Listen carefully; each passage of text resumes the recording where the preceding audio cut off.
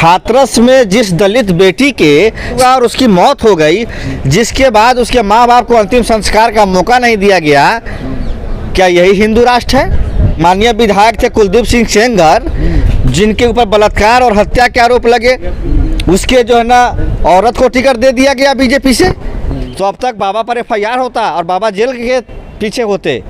Bharatiya Janata party की सरकार जो है, समझिए कि जानबूझ करके इतने लोगों की हत्या कराई गई। बहुत दर्दनाक हादसा है और ये हादसा की जिम्मेदारी जो है योगी आदित्यनाथ जी को लेनी चाहिए, क्योंकि वो एक खुद भी धार्मिक मठ के जो है महंत हैं और बाबा भी हैं। और मान के चलिए कि उत्तर प्रदेश में NDA की सरकार है, डबल इंजन की सरकार है, तो क्या कारण है कि उनका डबल इंजन फेल हो गया?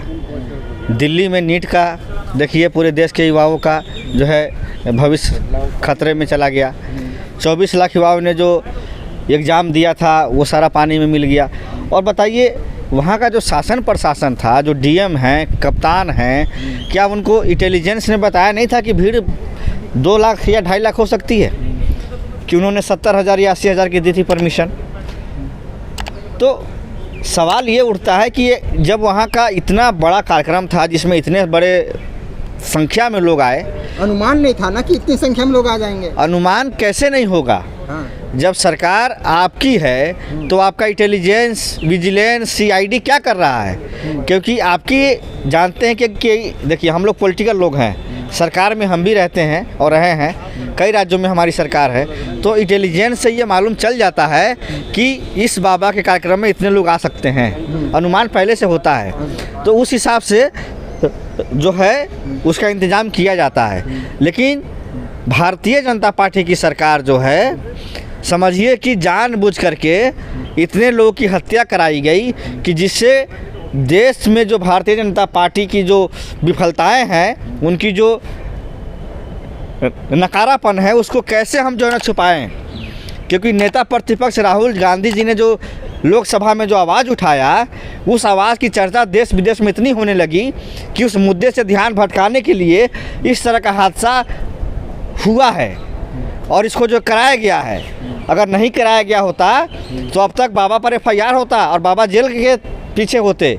DM और SP के ऊपर कार्रवाई हुई होती और उनको सस्पेंड किया गया होता और उनके ऊपर FIR हुआ होता, वो भी जेल में होते। तो जांच तो चल रही है इस पे। जांच के नाम पे खाना पूर्ति होता है।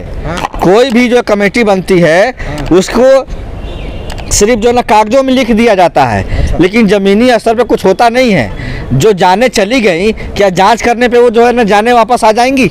मुझे इसका जवाब दीजिए। लेकिन योगी सरकार तो इंसाफ करने में नंबर 1 है।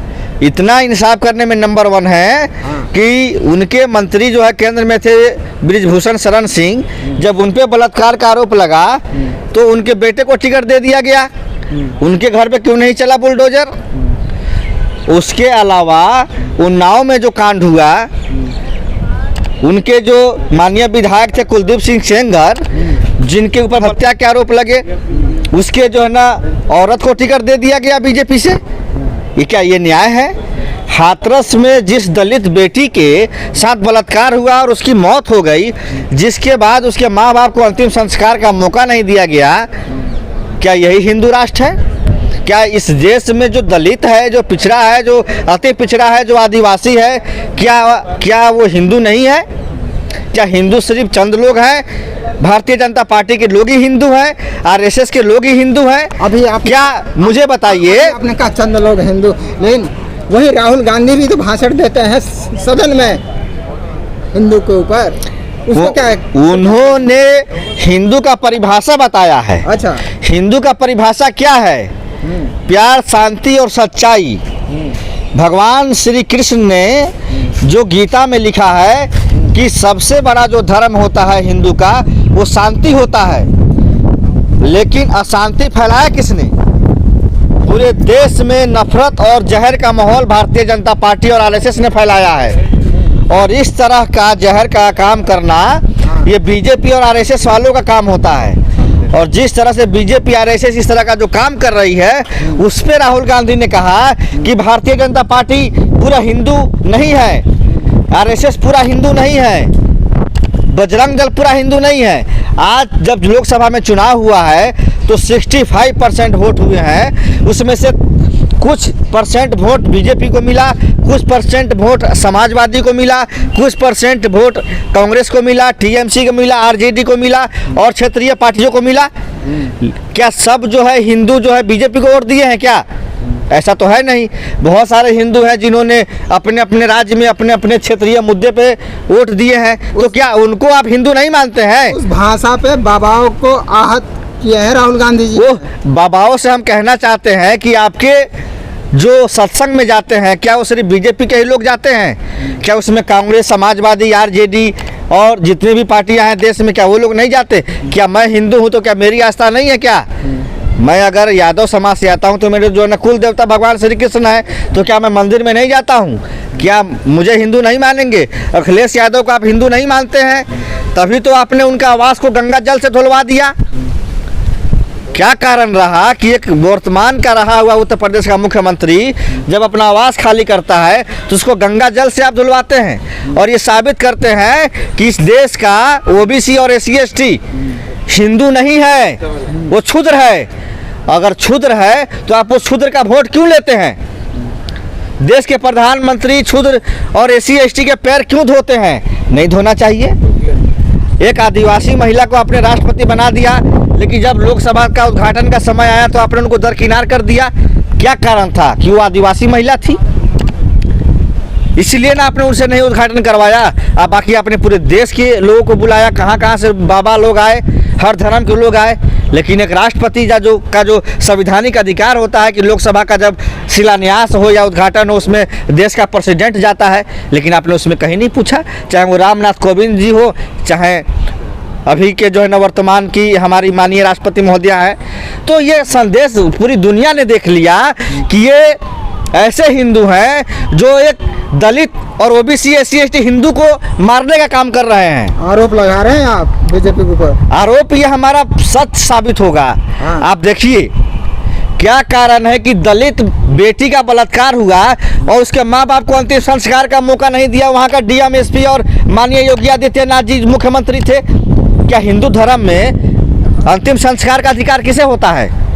मैं अगर मर जाऊं तो मेरे इस बॉडी का पोस्टमार्टम के बाद अगर हादसा में मर गया तो, अगर नहीं मरा तो मेरे घर में जो बड़े बुजुर्ग हैं या मेरा बड़ा भाई है वो मुझे अंतिम संस्कार का सारी रीति रिवाज वो करेगा। और जैसे मान लीजिए कि मेरे घर में कोई बुजुर्ग की डेथ हो गई तो हिंदू धर्म में है कि माथा छिलवाया जाता है। क्या कारण है कि माननीय प्रधानमंत्री जी का जब माँ का निधन हुआ तो उन्होंने अपना माथा नहीं मुड़वाया? ये कैसे हिंदू हैं? अरे वो देश के प्रधानमंत्री हैं। प्रधानमंत्री हैं, इसका मतलब आप जो है ना हिंदू नहीं हैं, सिर्फ प्रधानमंत्री हैं। तो आप जो है ना हिंदू हिंदू क्यों चिल्लाते हैं? जब आप खुद हिंदू धर्म का पालन नहीं करते हैं तो दूसरों को आप हिंदू धर्म के पालन करने के लिए आपसे कौन होते हैं देने वाले? और इस देश के 4 शंकराचार्यों ने कहा कि राम मंदिर का उद्घाटन अभी नहीं हो सकता क्योंकि अभी पूर्ण जो है कार्य नहीं हुआ है। फिर भी मोदी जी ने चुनाव जीतने के लिए उन्होंने उद्घाटन करवा दिया। लेकिन भगवान श्री राम जब नाराज हो गए तो अयोध्या से समाजवादी पार्टी के कैंडिडेट को चुनाव जिता दिया गया और वहीं बीजेपी के जो है लोग को जो है ना चुनाव हरवा दिया गया। तो इससे साबित हो गया कि भगवान राम भी अब बीजेपी के साथ नहीं है। कर्नाटक में मोदी जी जय बजरंग बली बोले, वहाँ भी विधानसभा में चुनाव हार गए, तो वहाँ भी साबित हो गया कि बजरंग बली भी अब इनके साथ नहीं है। सर मोदी जी ने ही राम को लाया अयोध्या में। ओह, हम मानते हैं, मेरा ये विश्वास है। मैं जिस समाज से आता हूँ, हिंदू समाज से, यदुवंशी में, मेरा ये मानना है कि हमको भगवान राम लाए हैं और ये पूरी सृष्टि को रचने वाले भगवान राम हैं और पूरी दुनिया के हर इंसान में भगवान राम बसते हैं। उनको हम आज हैं, चले जाएंगे, फिर भी राम रहेंगे। हमसे पहले जो आए वो चले गए, लेकिन आज भी राम हैं और जब तक ये पृथ्वी रहेगा तब तक राम रहेंगे। लेकिन मोदी जी आज हैं, कल नहीं रहेंगे। तो ये मोदी जी और बीजेपी और आरएसएस की क्या औकात है कि ये राम को लाएंगे? हम इसे पूछना चाहते हैं कि ये राम के नाम पे तो खुद मलाई खा रहे हैं 15 सालों से। ये कौन होते हैं राम को लाने वाले? राम के नाम पर राजनीति अब ये देश की जनता जान चुकी है और इस बार उनको बहुमत नहीं दिया गया है। अगर अभी नीतीश कुमार और चंद्रबाबू नायडू के अंदर की आत्मा जाग जाए और वो भाजपा से अलग हो जाए तो आज एनडीए सरकार गिर जाएगी और देश में इंडिया गठबंधन की सरकार बनेगी। हाँ।